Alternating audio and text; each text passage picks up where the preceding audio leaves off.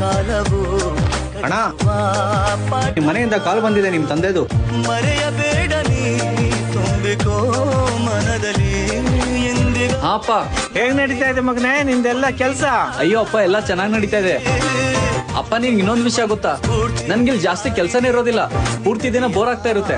ಇದಂತೂ ತುಂಬಾ ಒಳ್ಳೇದಾಯ್ತು, ನಿನಗೆ ಚೆನ್ನಾಗಿರೋ ಕೆಲ್ಸ ಸಿಕ್ತು. ಅಪ್ಪ ತುಂಬಾ ಒಳ್ಳೆ ಕೆಲಸ ಸಿಕ್ಕಿದೆ. ಸರಿ ಸರಿ ಮಗನೇ, ನೀನ್ ಆರಾಮಾಗಿ ಕೆಲ್ಸ ಮಾಡು.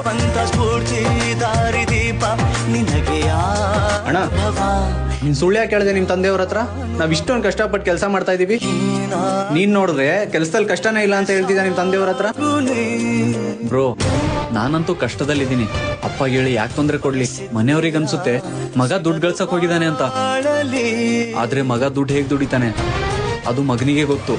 ಏನಾಗಲಿ ಮುಂದೆ